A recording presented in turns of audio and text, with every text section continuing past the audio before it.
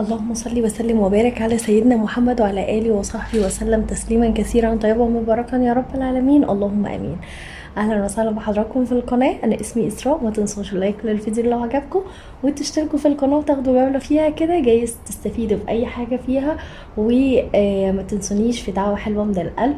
كل سنه وانتم طيبين. طبعا مستغربين، انا كنت قايله ان انا موقفه ميزانيات آه، لحد ما الاسعار تبدا تتظبط كده، بس بصراحه الميزانيه دي عندي متاخره، وانا اسفه جدا على التاخير. استاذ اسماء والله العظيم غصب عني. ربنا وحده اعلى واعلم يعني بالظروف اللي عندي. فخلينا كده ندخل النهارده. هي الميزانيه بصراحه لما طلبتها، عارفين انا كمان عندي نفس الميزانيه شخصيه ليا، فخلينا نشوف هنقسم الميزانيه ازاي، الميزانيه بكام، الميزانيه فيها ايه بالظبط. خلينا الاول ندعي جميع موتاي وموتاكم وجميع موتى المسلمين اجمعين. اللهم اغفر لهم وعافهم واعف عنهم، اللهم يمن كتابهم ويسر حسابهم وثبتهم عند السؤال يا رب العالمين، واسكنهم فسيح جناتك جنات النعيم، اللهم امين. انا النهارده معايا الميزانيه دي شخصيه ليا، وانا حتى قلت لها ما كلمتني قلت لها انا هعمل ليش الميزانيه، لاني انا كمان محتاجاها بنفس المبلغ دوت. فردين 1000 جنيه فطار وغدا وعشاء. ازاي يا اسراء 1000 جنيه فطار وغدا وعشاء؟ هعرفكم ازاي. هي فردين، يعني انا عن نفسي فردين انا وابني. هي فردين، هي برضك وبنوتتها ربنا يبارك فيهم يا رب ويحفظهم ويبعد عنهم كل شهر. هي ميزانيه شخصيه 1000 جنيه. طبعا كل واحد على حسب ظروفه، كل واحد على حسب الاسعار عنده. انا كتبت بناء على الاسعار اللي عندي، وكتبت بناء على ان انا كمان يعني عارفين اللي هو بند اللحوم. انا مقطعه الفراخ، فانا البديل بتاعه عندي هجيب لحمه. خلينا الاول هقسمها ازاي. هي عندها تموين وانا كمان عندي تموين. وكمان الفطار والعشاء هناخدهم لسحور رمضان، لاني الله كل سنه وانتم طيبين. خلاص رمضان قدامه اقل من 10 ايام، 9 ايام تقريبا او 8 ايام. كل سنه وانتم طيبين يا رب. يعني الجمعه اللي جايه ديت، لا الجمعه اللي بعديها هتبقى اول جمعه في رمضان بامر الله تعالى. اول حاجه الفطار والعشاء انا حطيت لهم 300 جنيه، طبعا لاني فطار وعشاء هيبقى الفطار حاجه خفيفه جدا والعشاء نفس الكلام، فهي حاجات هتبقى في الخفيف يعني، فاهمين قصدي. جبن يعني مثلا ب20 جنيه او ب30 جنيه، جبن مع لانشون مع بيض مع الكلام ده كله. هتلاقي ان هي قضتك في بند الفطار والعشاء 300 جنيه. او السحور بتاع رمضان اللي هو هتدمسي فول، هتعملي زبادي في البيت. يعني انا واحده من الناس اوقات كتير بعمل الزبادي في البيت، ما بشتريهوش من بره بصراحه، ولما بعمله في البيت بيبقى احسن بصراحه بكتير يعني. تاني حاجة، هو مش هنقول فكرة ان هو بيوفر، بس هنقول فكرة ان هو ممكن يكون بيوفر في علبة او حاجة، بس فكرة ان انت اللي عاملاه في البيت فانت ضامنة كل حاجة انت عاملاه بيها. في تاني حاجة بند اللحوم، انا حاطة كيلو لحمة ب160 جنيه. طب يا اسراء انا عندي فراخ، انا بجيب فراخ. انا بصراحة اسعار الفراخ انتوا زي ما انتوا شايفين او زي ما احنا كلنا شايفين ان الفراخ النهاردة بسعر، بكرة بسعر، غير ان سعرها مبالغ فيه بصراحة. فانا ما ينفعش اروح اجيب فرخه عامله 200 جنيه، فرخه واحده لسه ما جبتش جنبها خضار، وغير ان هي مثلا هتقعد معايا مرتين بس، الكلام ده كله. طب ليه انا اجيب لحمه؟ اللحمه هتوفر معايا شويه. هتقولوا لي ما هي ب 200 برضو وكده، بس كيلو اللحمه ممكن تجيبي عليه ماسوره ب10 جنيه كمان.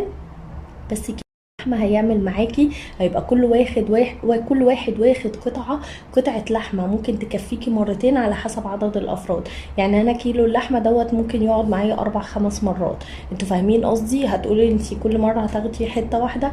يعني انتوا يعني فاهمين اللي هو أنا أصلا بس اللي باكل اللحمة، ابني ما بياكلهاش. فطبعا اللحمة لما هاجي أقسمها إن هي ممكن قطعة الواحدة ليا في كل مرة، او قطعة وحتة، واشيل حتة مثلا لو هعمل بيها لحمة ببصل او يخنة، او هحط عليها خضار او.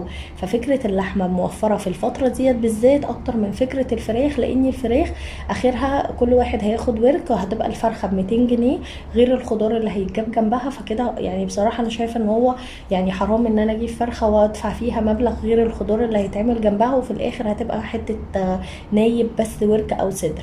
لكن اللحمه بحس ان هي مفيده اكتر وبتوفر اكتر بصراحه كمان يعني. وعرفوني برضو رايكم. انا اللحمه كانت 150 دلوقتي بقت ب 160. وهجيب ب 100 جنيه سمك. السمك دوت يعني اخر مره سأل عليه لما وريتكم فيديو المشتريات اللي فات دوت كان ب 80 جنيه بس الكبير. الصغير ممكن يكون ب 65 او ب 70 او ب 60 على حسب الاسعار وعلى حسب السعر اليوم. فانا حطيت لبند اللحوم 260 100 سمك و160 لحمه، وممكن كمان 100 السمك ديت هتبقى 60 سمك، وال 40 جنيه اجيب سجق، اجيب كبده، اجيب لحمه مفرومه على حسب ايه السعر وعلى حسب التقسيمه بتاعتي فيها. لكن اللي هي 260 انا شايفه ان هي مبلغ كويس جدا للحوم عندي. حضرتك بقى عايزه تشوفي ان انا لا انا عايزه اجيب فراخ او حاجه، فانت هتلغي بند اللحمه وهتجيبي مكانها الفرخه. فديت بالنسبه لك هتبقى كويسه جدا. بس انا برجح بصراحه اللحمه. في بعد كده بند الخضار انا حطيت 200 جنيه. انا عندي الصلصه في الفريزر.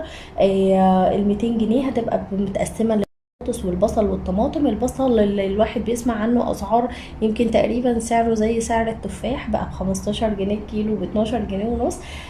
البطاطس ب 8 جنيه الكيلو وربع ب 10. الطماطم ب 5 وب 6 ونص، وفي كيلو ونص ب 10. فهي انا عندي الطماطم بس هجيب اللي هي لو لسلطه، لو لجبنه على طماطم، بالكلام ده كله. والبصل انا الشهر اللي فات جبت 2 كيلو بصل ولسه عندي منهم، ف2 كيلو بصل بيقضيني الشهر كله. البطاطس انا بجيب بصراحه ب 30 جنيه 4 كيلو الا ربع، ب 30 جنيه يعني بيقعدوا معايا اسبوع 10 ايام. ب 4 كيلو الا ربع بيقعدوا معايا فتره بصراحه يعني للامانه. في بعد كده الخضار حسب الرغبه ب 100 جنيه. اعتقد ان فرد او فردين ال 100 جنيه للخضار حسب الرغبه. يعني مثلا لو كيلو ونص بتنجان رومي كنت اخر مره سأل عليه ب 10 جنيه كيلو ونص، هيقضي مثلا مرتين 3 معاكي. هنجيب مثلا لو هتعملي محشي، لو هتعملي اي خضار جنب الاكل بتاعك، فال 100 جنيه اعتقد ان لان احنا بدل ما هنجيب كميه كيلو 2 كيلو، لا انا ممكن اجيب نص كيلو. لو حاجه مثلا هعمل منها مرتين 3 فهجيب منها الكيلو، الكلام ده كله. 300 جنيه خضار، 200 حسب 200 اساسي و100 حسب الرغبه.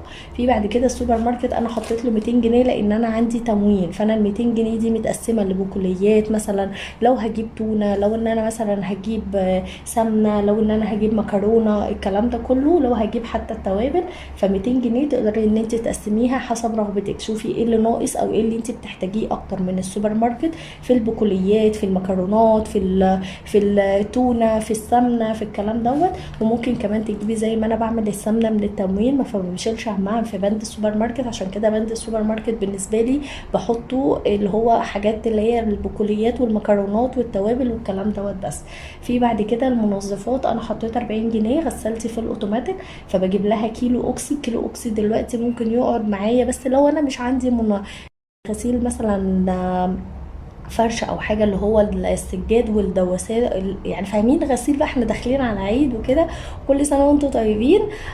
فطبعا الكلام ده بياخد اريال كتير. فانا ممكن اجيب اللي هو ال2 كيلو عامل 45 جنيه، كنت اخر مره جايباه بس سالت عليه ما لقيتهوش، فهجيب الكيلو ب 25 جنيه. ممكن اجيب عليه كيلو كمان، يعني قول لسه الكيلو كمان ده لسه في الشهر اللي جاي، فخلينا في الشهر دوت محدش ايه ضامن بعد شويه هيحصل له ايه. ف 25 جنيه اوكسي، وهجيب اسبونجه ب5 جنيه، و10 جنيه صابون مواعين اللي هو 2 لتر. انا جايبه لتر بقاله تقريبا اللهم صل على النبي 10 ايام او اكتر، 10 ايام، ولسه عندي الازازه اللهم بارك يعني فيها.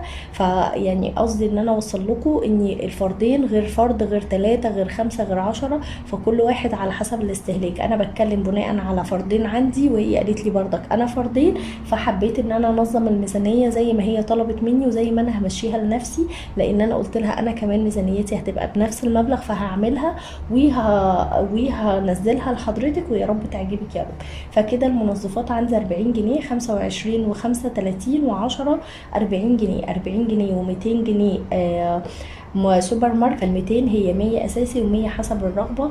ديت برضك راجعه على حسب الاسعار عندك عامله ايه، يعني انا بقول لكم على بناء على الاسعار اللي عندي. بس دي كده كانت ميزانيتي النهارده. انا عارفه ان ممكن ناس تنتقدني فيها، لا الكلام ده غير واقعي. لا انا عايزه اقول لكم انا ماشيه بالكلام دوت من الشهر اللي فات والله، واللهم لك الحمد، يعني اللهم لك الحمد. هي تدابير من عند ربنا. الواحد زي ما بيقولوا العبد في التفكير والرب في التدبير. احنا الواحد بيفكر بيفكر وبيسعى وبيقول يا رب كملها علينا بالستر، وربنا بييسرها وبيكملها بالستر علينا يا رب، اللهم لك الحمد. دي كده كانت ميزانيتي النهارده. دي ميزانيتي انا الشخصيه، اتمنى تعجبك واتمنى ان هي تفيدك. ولو كده بعتيلي على الخاص زي ما بعتيلي كده، ونظبط لو في اي بند محتاج يتظبط عرفيني ونظبطه مع بعض. بس دي كده كانت الميزانيه النهارده. لو عجبكم الفيديو استفدتوا بيه في اي حاجه ما تنسوش اللايك والاشتراك في القناه، ودعوه حلوه من القلب، وكل سنه وانتم طيبين. اللهم بلغنا رمضان، واشوفكم فيديو جديد على خير. مع السلامه.